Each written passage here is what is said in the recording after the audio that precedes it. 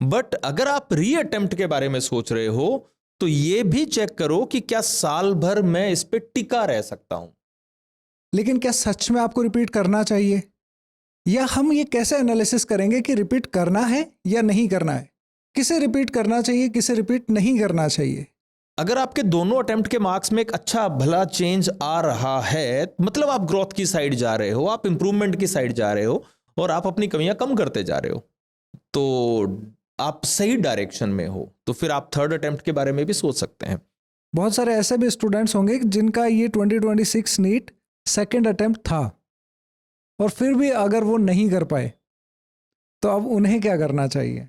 Silly mistakes के बजाय मेरे हिसाब से रीजन होते हैं, या तो पार्शियल नॉलेज होता है, या कॉन्सेप्ट बिल्कुल क्लियर नहीं है, या क्वेश्चन प्रैक्टिस है वो कम है और एप्लीकेशन पावर वीक है, और या प्रेजेंस ऑफ माइंड बोल सकते हैं। क्या किसी भी वजह से किसी भी स्टूडेंट को, रिपीटर स्टूडेंट को, अपना कोचिंग भी बदलना चाहिए?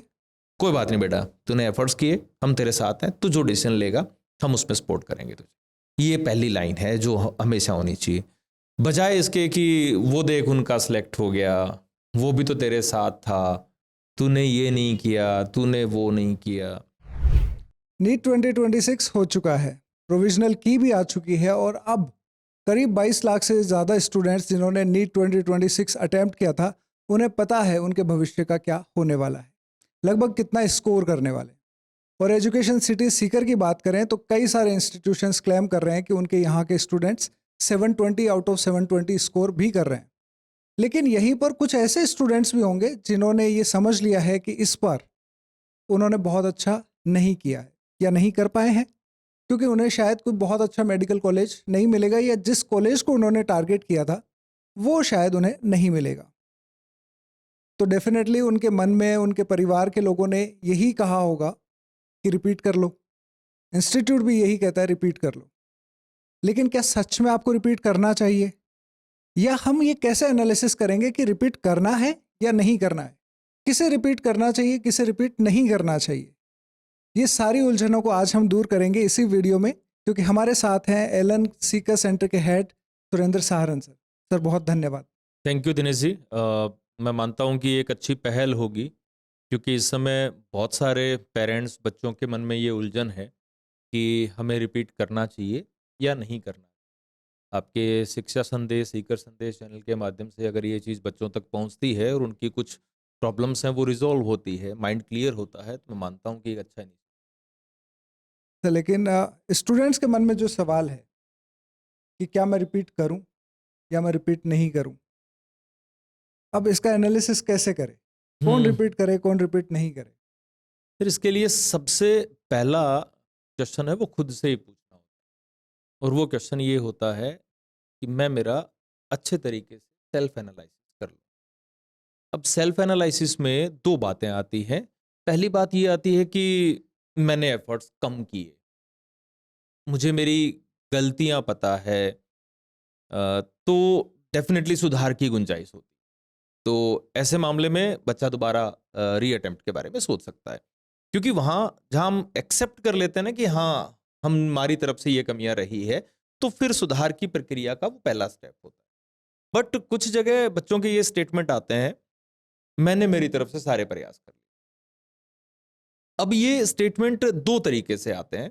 पहला स्टेटमेंट तो ऐसे आता है कि इमोशनल एंगल से होता है वो, क्योंकि चूंकि उन प्रयास किए हैं उन्होंने, ऐसी बात नहीं है, और प्रयास किए और उसके बाद सिलेक्शन नहीं हुआ, तो नो डाउट बच्चा इमोशनल एंगल से इस तरीके से सोचता है।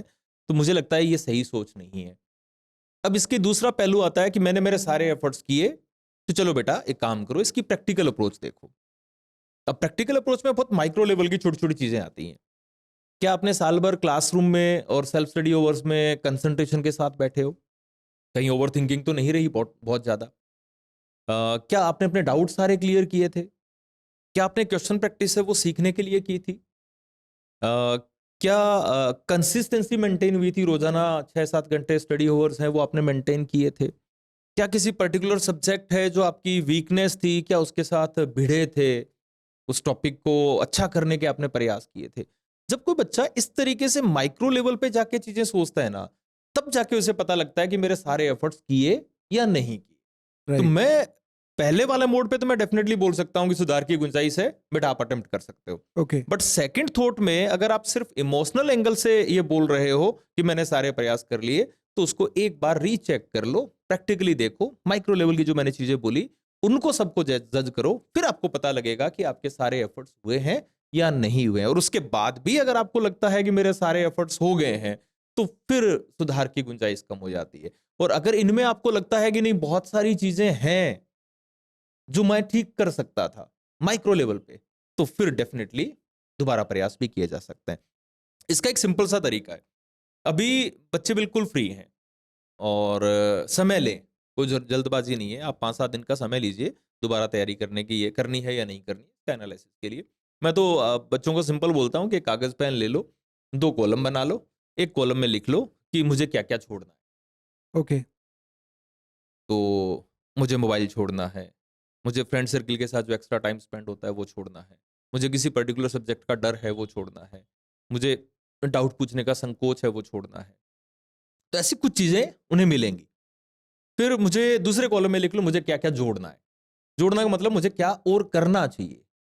तो जैसे फॉर एग्जांपल फिजिक्स के क्लास में समझ में आता है अगर क्वेश्चन नहीं होते, तो मैं क्वेश्चन सोल्व करूंगा, सीखने के लिए करूंगा, टीचर्स की मदद से करूंगा, तो ये काम मुझे करना है।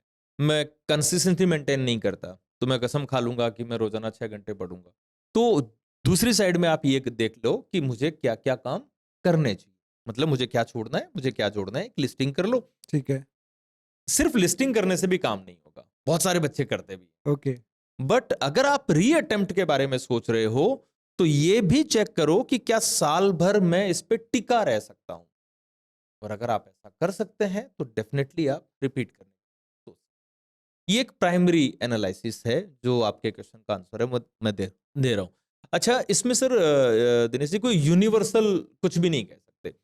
हमने सही ऐसे है। एग्जांपल्स देखे हैं कि बच्चे ने सेकंड अटेम्प्ट दिया और मान लीजिएगा कट ऑफ 615 गई और उसके 600 प्लस बने हैं, तो हर कोई क्या बोलेगा, बेटा बिल्कुल नजदीक पहुंचा है, प्रयास करो, एक बार और अटेम्प्ट करो और हो जाएगा। ओके। जबकि हो सकता है उसके बाद भी ऐसा एग्जाम्पल हुआ है कि अगले साल उसका स्कोर या उसकी रैंक उससे भी कम आई है, अच्छा। उससे भी कम आई है। क्यों? क्योंकि हो सकता है कि उसने अपने आप को ये गारंटेड मान लिया होगी, इतनी सारी चीजें तो मेरे को आती है, मेरे को तो सिर्फ 15 नंबर और बढ़ाने थे और मैं तो हो ही जाऊंगा, और इसके चक्कर में उसने बहुत सारा टाइम स्पॉइल किया। ओके। या हो सकता है कि वो एनसीईआरटी पढ़ते पढ़ते फेडअप हो चुका है, या हो सकता है कि उसके कुछ और नए डिस्ट्रैक्शंस हैं वो क्रिएट हो गए हैं। तो एक साइड तो ये भी है, दूसरी साइड ये भी है कि किसी बच्चे ने पहले अटेम्प्ट में 250-300 के आसपास स्कोर किया और अगले साल वो बहुत अच्छे कॉलेज में गया है।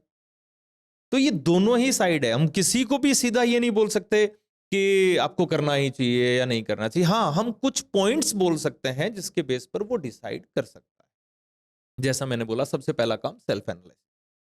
लेकिन कई बार ये भी होता होगा कि फैमिली या पीयर प्रेशर आ जाए कि ठीक ठाक स्कोर है, वो क्या पता करना चाहता है कि नहीं करना चाहता, लेकिन फैमिली कह दे कि नहीं नहीं तू कर ले, बढ़िया कर लेगा। जैसे अभी आपने बताया 600 का स्कोर है, कि किसी को बहुत कम स्कोर चाहिए, हो सकता है कि वो करना चाहे, हो सकता है वो नहीं करना चाहे, सर, ऐसा भी होता है। फैमिली प्रेशर या फ्रेंड्स के साथ अपने आप को कंपेयर करते हुए रिपीट करने का डिसीजन नहीं, ये ओरिजिनल नहीं है। अगर आपको लगता है कि ये मेरा फैसला है और इस फील्ड में मुझे इंटरेस्ट है, तो आप रिपीट करें। सिर्फ लोग कह रहे हैं, फैमिली कह रही है, या मेरे साथी हैं वो सिलेक्ट होके गए, वो मेडिकल कॉलेज के किस्से सुनाते हैं और फिर उसके हिसाब से मैं सोचूं, तो मुझे नहीं लगता। अगर आपके अंदर आग है कि मुझे ये करना है और ये आपको लगता है कि ये फील्ड में मेरा इंटरेस्ट भी है, तो फिर आपको रिपीट करने के बाद। पर बहुत सारे स्टूडेंट्स ऐसे भी होते हैं जो 12th के साथ अटेम्प्ट देते हैं, 12th के साथ दिया तो तब शायद वो बहुत अच्छा नहीं पढ़ पाए, या अच्छा पढ़ा लेकिन क्योंकि पहला ही साल है, 12th के बोर्ड एग्जाम्स भी थे, और तब उनका सिलेक्शन नहीं हो रहा है, तो उन्हें फिर क्या करना चाहिए? उन्हें किस तरीके से अटेम्प्ट करना चाहिए, नहीं करना चाहिए? जो 12th के साथ वाले बच्चे हैं ना, और जिनका डॉक्टर बनने का सपना है, मैं उनको ये बोल सकता हूँ कि वो एक एफर्ट ले सकते, अगर उनका ड्रीम है कि मुझे डॉक्टर बनना है, तो वो डेफिनेटली एक अटेम्प्ट ले सकते हैं। क्यों? क्योंकि अभी तक उन्होंने कुछ, कोई आपने बोला ना कि कुछ साल खोए हैं, तो वो नहीं खोए हैं, क्यों? क्योंकि 12th उन्हें नॉर्मल करनी थी और राइट। वो उन्होंने की है। एक क्वालिफिकेशन ग्रेड के हिसाब से बोलूँ तो नॉर्मल स्कूलिंग करते तब भी 2 साल देने थे और अगर नीट दिया तब भी 2 साल देने थे। तो अगर अपने वो करियर पॉइंट ऑफ व्यू से अगर 1 साल और देते हैं तो डेफिनेटली दे सकते हैं। मेरे टर्म्स कंडीशन बहुत फिक्स है। वही कि मैं पूरे साल भर क्लासरूम में सेल्फ स्टडी अवर्स में कंसंट्रेट रहूँगा। दूसरी कि मैं अपना हर एक डाउट है वो बहुत अच्छे से क्लियर करूँगा। मैं आज का काम है वो आज ही ख़त्म करूँगा। मैं क्वेश्चन प्रैक्टिस है वो सीखने के लिए करूँगा और बाकी सब चीज़ों के लिए लेट इट गो। कमिटमेंट चाहिए। हाँ, अगर ये 4-5 बातें वो बच्चा फॉलो करेगा तो डेफिनेटली उसको अटेम्प्ट। लेकिन फिर भी लाइक 12th में कितना स्कोर मिनिमम उसने किया हो कि तब वो अटेम्प्ट का सोचे?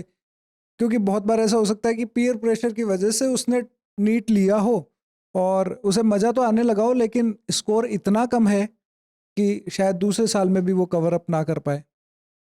एक बच्चा है, मैं नाम तो क्या लूँगा, उसने पहला जी। अटेम्प्ट दिया था तो 200 के आस-पास स्कोर बना था। ओके। ओनली 200 कोरोना ठीक है। काल के बाद का कोई एग्ज़ाम था और वो ईज़ी भी था।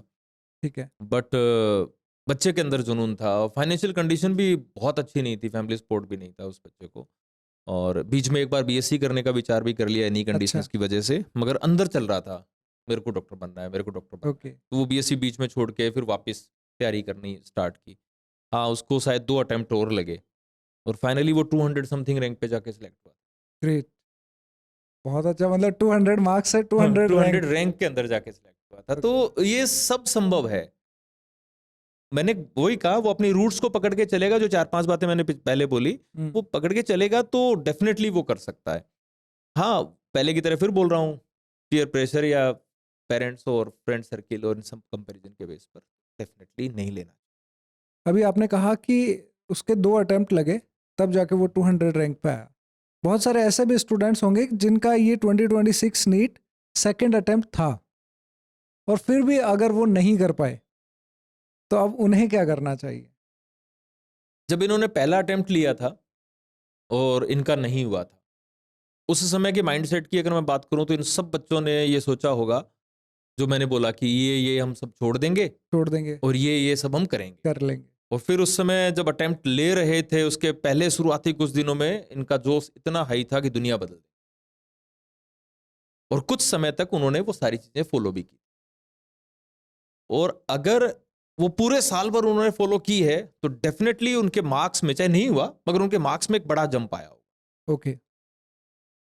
बट अगर वो फॉलो नहीं की है तो पहले अटेम्प्ट और सेकंड अटेम्प्ट में बहुत बड़ा चेंज नहीं।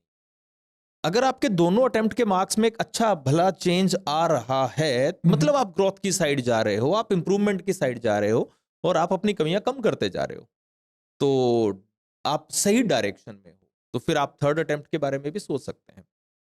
बट अगर दोनों ही अटेम्प्ट लेने के बाद आपको लग रहा है कि जैसा पहले था वैसा ही अब है, हम अपनी कमियों पे काबू नहीं कर पा रहे हैं, या अपनी जो थॉट प्रोसेस है वो वैसा ही है, कुल मिला के कोई इंप्रूवमेंट दोनों सेशन में नजर नहीं आया, तो फिर तीसरा अटेम्प्ट लेने पे कैसे हो जाएगा? राइट। एक पॉइंट ऑफ टाइम पर ये सोचना कि मैं ये कर लूंगा, ये एक अलग बात है, बट उस पे साल भर टिके रहना दूसरी बात है।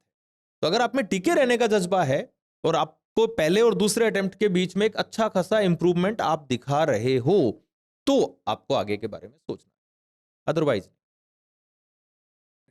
कुछ स्टूडेंट्स ऐसे भी हो सकते हैं जो 2 अटेम्प्ट ले लें तो उनको लगता है कि हाँ, मैंने पढ़ तो सब लिया ही है, अब मुझे कोचिंग का स्ट्रेटेजी भी पता है कि कब करना है, क्या करना है, कैसे रिवीजन करना है, मुझे ये सारी टेक्निक्स अब समझ में आ गई है और तीसरा अटेम्प्ट मैं घर से कर लूँगा, कि सेल्फ स्टडी करके मैं तीसरा अटेम्प्ट कर लूँगा। मैं 450 या 500 के आसपास तो हुई, मुझे 600 से ऊपर जाना है, या मेरा टारगेट कॉलेज के लिए लगभग जितना होना चाहिए उतना मुझे जाना है, तो ये तो मैं घर से ही कर लूँगा, इस बार और पैसे लगाने की ज़रूरत नहीं है। मैं आपका समझ गया, सेल्फ स्टडी करके मैं नीट क्रैक करूं, ऐसे कुछ सारे बच्चे करते भी हैं। ओके। और इसका सक्सेस रेट जो है ना वो पता नहीं है किसी को, क्योंकि कितने सारे बच्चों ने सेल्फ स्टडी की और उनमें से कितने इस तरह के तरीके से क्रैक किया। बट अगर वो सेल्फ मोटिवेटेड है, सेल्फ डिसिप्लिन्ड है, डेडिकेशन बहुत हाई है और थोड़ी बहुत मदद उसको आउटर सोर्स से भी मिल जाती है, पेपर का पैटर्न है वो उसको अच्छे से पता है और रेगुलर वो टेस्ट भी दे रहा है, तो पॉसिबिलिटी है, कुछ पॉसिबिलिटी मैं बोल पाऊंगा ऐसा कि कुछ बच्चे इसको अपने सेल्फ स्टडी से क्रैक कर लें, बट ये बहुत बड़ा नहीं, क्योंकि इस साल भर की जर्नी में जब आपने 1 या 2 अटेम्प्ट ले लिए हैं तो आपकी बूस्टिंग है ना, वो बहुत जरूरी है। ओके वो बूस्टिंग जो है वो रेगुलर क्लासरूम जो है उसके अंदर, मान लीजिएगा 4 क्लास आज हो रही है और 4 में से कोई ना कोई एक टीचर है वो आज 5 मिनट आपको मोटिवेट करके जा रहा है और उसकी वजह से आज पूरा दिन बढ़िया बन गया, आपने दिन भर अच्छी पढ़ाई कर, तो या 2-3 दिन आपने अच्छी पढ़ाई कर, इतने में कोई दूसरा टीचर बोल गया, फिर संडे है, टेस्ट आ गया, तो टेस्ट प्रिपरेशन करनी है, वो टास्क हो गया एक जो हमें कंप्लीट करना है, तो वो सब चीज लगाए रखती है। दूसरी बात, मान लीजिएगा कि कट ऑफ है वो 615 जा रही है और मेरा स्कोर 580 है और मेरे 140 मार्क्स हैं वो नहीं आए, अब वो 140 मार्क्स कहाँ नहीं आए ये भी मुझे चेक करना पड़ेगा। ओके क्या सारे के सारे 140 में सिली मिस्टेक के नाम पे बोल सकता हूं? तो ये जनरली बच्चे गलत एनालिसिस करते हैं। सिली मिस्टेक्स के बजाय मेरे हिसाब से रीजन होते हैं या तो पार्शियल नॉलेज होता है, या कॉन्सेप्ट बिल्कुल क्लियर नहीं है, या क्वेश्चन प्रैक्टिस है वो कम है और एप्लीकेशन पावर वीक है, ओके और या प्रेजेंस ऑफ माइंड बोल सकते हैं। तो वो भी देखना पड़ेगा कि हमारे 140 गए कहाँ हैं, क्या उन 140 को ठीक करने के लिए मुझे वापस कोई क्लास अटेंड करने की जरूरत है या नहीं है। जैसे Okay. फिजिक्स जैसे सब्जेक्ट में जहां कॉन्सेप्चुअली वीकनेस ज्यादा मिलती है नीट स्टूडेंट्स में, तो वहां डेफिनेटली टीचर की जरूरत पड़ती है। मैं ऐसा मानता हूं कि अगर हम एफर्ट्स ही ले रहे हैं तो सारे रिसोर्सेज, सारी एनर्जी सब लगा के लेना चाहिए, फिर ये मलाल नहीं रहेगा कि अब कुछ कमी रहेगी। कहीं ऐसा ना हो कि बाद में जाके ये रहेगी यार मैं सेल्फ स्टडी कर रहा था इस वजह से नहीं हो पाया। अच्छा, इसमें एक और माइंड पैमाना भी देखना चाहिए। मान लीजिएगा मैंने सेल्फ स्टडी की और अगले साल मैंने नीट क्रैक भी कर लिया, ठीक है बट अगर मैं रेगुलर कोचिंग अटेंड करता या रेगुलर स्टडी ओवर्स एक सिस्टम में काम करता, जहां मुझे मेरे टीचर्स है वो मेरी कमियां बताते और सुधार करते और मेरा लेवल हर दिन अपग्रेड करते, तो शायद हो सकता है कि मेरी रैंक अभी सेल्फ स्टडी से 15,000 प्लस पे जा रही है और मैं सिलेक्ट तो हो रहा हूँ, हो ठीक सकता है है मैं 5,000 प्लस पे होता, हो सकता है मैं किसी एम्स का हिस्सा होता, या हो सकता है मैं टॉप रैंकर होता। बिल्कुल तो सक्सेस को कई बार अलग अलग तरीके से देख लेते हैं। मैंने बहुत बार ऐसे बच्चे हमारे पास होते हैं तो हमें पता है इसका आईक्यू बहुत अच्छा है और बेसिक्स भी इसके बहुत अच्छे हैं, ये बच्चा बहुत अच्छा कर सकता है, बट मान लीजिएगा बच्चा किसी भी एंगल पे कुछ लापरवाही कर रहा है, रेगुलर स्टडी अवर्स मेंटेन नहीं कर रहा है, ये लाइटली ले रहा है, बच्चा वो सिलेक्ट भी हो गया, पेरेंट्स भी खुश, बच्चा भी खुश, समाज में भी वाहवाही हो रही है कि इनका बच्चा सिलेक्ट हुआ है। जबकि एक टीचर होने के नाते हमें दिखता है कि ये बच्चा सिलेक्ट तो हुआ है पर वहां नहीं पहुंचा जहां जहाँ ये ये पहुंचा, इसका पोटेंशियल था जो इसका। राइट अब एक बहुत ज़्यादा ऐसे स्टूडेंट्स तो नहीं होते लेकिन कुछ स्टूडेंट्स ऐसे होते हैं जो खुद पढ़ने में अच्छे हैं और जिन्होंने स्कोर भी ठीक ठाक किया है जी। लेकिन उनको ये लगता है कि मैं जिस कोचिंग में हूँ, मैं जहाँ पढ़ रहा हूँ, अगर मैं वहाँ के बजाय कहीं और होता या मुझे ज़्यादा अच्छे टीचर्स मिलते या ज़्यादा अच्छे रिसोर्सेज मिलते तो मैं और अच्छा कर सकता था। क्या किसी भी वजह से किसी भी स्टूडेंट को, रिपीटर स्टूडेंट को अपना कोचिंग भी बदलना चाहिए? दिनेश जी, ईमानदारी से बोलूँ ना तो वो ये है कि बाहर ढूंढने की बजाय पहले अंदर ढूंढ। ओके उसी बच्चे की क्लास में बैठा हुआ कोई और बच्चा सिलेक्ट होके गया है, तो वो उन्हीं टीचर से पढ़ा है, उसको भी वही कंटेंट मिला है, वही पेपर का सिस्टम रहा है, उसी के हॉस्टल में रहने वाला उसका रूममेट भी हो सकता है या अलग रूम में रहने वाला भी कोई बच्चा है वो भी सिलेक्ट हुआ है, तो दोनों एक जैसे इन्वायरमेंट, फिर एक सिलेक्ट हो रहा है एक नहीं हो रहा है। हाँ, इसके पीछे दोनों का बेसिक नॉलेज भी हो सकता है, आईक्यू भी हो सकता है। मुझे ऐसे लगता है कि सबसे पहले खुद को देखो, खुद का एनालिसिस जरूर। हाँ खुद को देखो बाहर ढूंढने की बजाय। ठीक है अब कोई भी कोचिंग है क्या वो ये कह सकता है कि मेरे पास आने वाला हर एक बच्चा है वो सिलेक्ट होगा?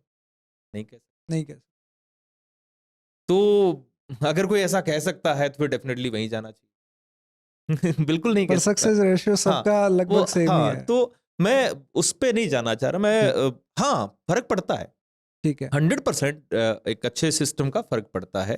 जहाँ टीचर्स का लेवल है वो बहुत अच्छा हो और कंटेंट जो ज़रूरत है वो ही प्रोवाइड करवाया जाए, अननेसेसरी नहीं प्रोवाइड करवाया जाए। टेस्ट पैटर्न है वो बहुत अच्छा हो, टाइमली सिलेबस कंप्लीशन हो, एक-एक बच्चे की बात सुनी जाए, केयर की जाए, उसका सॉल्यूशन रियल में एक्शन प्लान बना के उसका सॉल्यूशन है वो उसे प्रोवाइड करवाया जाए। और कौन-सा बच्चा किस लेवल पे अभी है, उसको कहाँ-कहाँ उसकी वीकनेस है, उनको आइडेंटिफ़ाई करके, उनको पिक करके फिर उसको अपग्रेड किया जाए। बहुत सारे फील्ड हैं, जहाँ अगर मैं बोलूँ कोई कोचिंग के लिए भी काम करने की की ज़रूरत है जहाँ, या ज़रूरत है या करते हैं सिस्टम। तो अगर बच्चे को लगता है कि रियल में मैंने तो मेरे पूरे एफर्ट्स किए हैं और मेरे सिस्टम की वजह से मेरा नहीं हो पा रहा है, तो डेफ़िनेटली वो मूव कर सकता है। फ्रीडम है उसके पास, क्या दिक्कत है? और हमेशा अच्छे के लिए प्रयास करने चाहिए। बट उससे पहले अपने खुद को ज़रूर चेक कर लेना चाहिए कि मैं क्या-क्या ठीक कर सकता हूँ। उसके बाद अगर कोचिंग भी सिलेक्ट कर रहा है तो सिर्फ़ लोगों के ये कह रहा है कि मैं उसमें जा रहा हूँ, तो मैं उसमें जाऊँ। अरे भाई क्यों जाए उसमें? चाहे वो कोई भी हो, अगर मैं एलन की बात करूँ तो वो भी इसमें शामिल होता है। इस बात पे नहीं जाना चाहिए। इस बात पे जाना चाहिए उसका ट्रैक रिकॉर्ड क्या है, पिछले सालों के रिजल्ट्स क्या हैं, वहाँ की फैकल्टी टीम कैसी है और केयरिंग सिस्टम कैसे है, कैसे वो बच्चों को सँभालते हैं। और ये सब बहुत सारे छोटे-छोटे पार्ट्स हैं जो मुझे लगता है कि ये कोचिंग सेलेक्ट करते टाइम अच्छे तरीके से देख लें। देख लेने चाहिए। लेकिन जब रिपीट का सवाल आता है तो पेरेंट्स की भूमिका भी बहुत महत्वपूर्ण हो जाती है। ऐसे टाइम में मैं ये चाहूँगा कि इस वक्त जब पेरेंट्स को पता है कि उनके बच्चे ने कैसा स्कोर किया है 2026 में प्रोविजनल की के आधार पे, और इस वक्त जब बच्चे को अपने पेरेंट्स की के सपोर्ट की ज़रूरत है, उस वक्त आप उन पेरेंट्स से क्या कहना चाहिए? उनके लिए आपका क्या मैसेज है, वो आप ज़रूर बताएँ। कल एक सिंपल सा केस था, एक बच्ची थी और उसके मम्मी-पापा के साथ थे, उसने 2 अटेम्प्ट ले लिए और बच्ची बोल रही है कि मेरे को इस फील्ड में नहीं। ओके, नहीं जाना है। पेरेंट्स ये चाहते हैं मुझसे कि मैं उनको कन्विंस बच्ची को कन्विंस करूं कि बेटा तैयारी, क्योंकि पेरेंट्स को ये लगता है कि उनको लग रहा था ये कि हमारी बच्ची में कैपेबिलिटी है मगर ये डर रही है। ओके, तो चूंकि पेरेंट्स को ऐसा था तो मेरा सबसे पहला काम था कि उसका डर है वो दूर किया जाए, तो मैंने उसके लिए कोशिश की। बट फिर उसके बाद मैंने बच्ची को फ्रीडम दी, बेटा आप अपने 5 दिन बाद मिलेंगे और ये कुछ पॉइंट हैं, इनको कागज़ पे लिख और अपने हिसाब से देख कौन कौन से टॉपिक वीक हैं, फिजिक्स में कितना इम्प्रूवमेंट आपने किया, पहले अटेम्प्ट में 40 मार्क्स थे, दूसरे अटेम्प्ट में 85 आए, तो बाकी कैसे करेंगे, ये सारे कुछ छोटे छोटे पॉइंट्स हैं वो मैंने उसको बोला कि बेटा लिख के लाना है, 5 दिन बाद अपने इसको दोबारा देखेंगे। बच्ची को ठीक। मैंने बाहर भेजा और फिर पेरेंट्स से बात, उनको क्योंकि मेरा काम ये था कि मैं उनका माइंडसेट ये करूं कि बच्ची अगर ये डिसीजन लेती है कि मुझे रिपीट नहीं करना है, तो हम उसके लिए अल्टरनेट ऑप्शंस क्या हैं बेस्ट, वो select। इस समय अगर किसी बच्चे ने एफर्ट्स किए हैं और फिर उसका नहीं हो रहा है, तो उसकी मेंटल स्टेट को समझना सबसे ज्यादा जरूरी है। बच्चा है वो आपका, आप बहुत कुछ बना लोगे मगर बाप बेटे, माँ बेटे या बेटी के बीच का जो रिश्ता है, उसमें कहीं कुछ गैप ले आओगे। मैं नहीं मानता कि वो कोई बहुत अच्छा काम हो गया। हमें इस समय तो सबसे ज़्यादा सपोर्ट उसे देना है। कोई बात नहीं बेटा, तूने एफर्ट्स किए, हम तेरे साथ हैं, तू जो डिसीजन लेगा, हम उसमें सपोर्ट करेंगे। ये पहली लाइन है जो हमेशा होनी। बजाय इसके कि वो देख उनका सिलेक्ट हो गया, वो भी तो तेरे साथ था, तूने ये नहीं किया, तूने वो नहीं किया। इन चीज़ों को इस समय पे करने का ये बिल्कुल भी मतलब मुझे लगता है कि फालतू बात होगी, ये नहीं करना। अ, आप उसकी खुशी देखना चाहते हो, अच्छा डॉक्टर बनाना चाहते हो, क्या हो जाएगा? क्या मिलेगा? एक खुशी तो होंगे प्रेस्टिजियस जॉब है, खुशी बस तो उसकी होंगे वजह ना। से पेरेंट्स को ये सेटिस्फेक्शन मिलता है कि चलो बच्चा अपना सेट हो गया। सब चीज़ों को ये सामाजिक है। प्रतिष्ठा और उनके हिसाब से नहीं देखना चाहिए।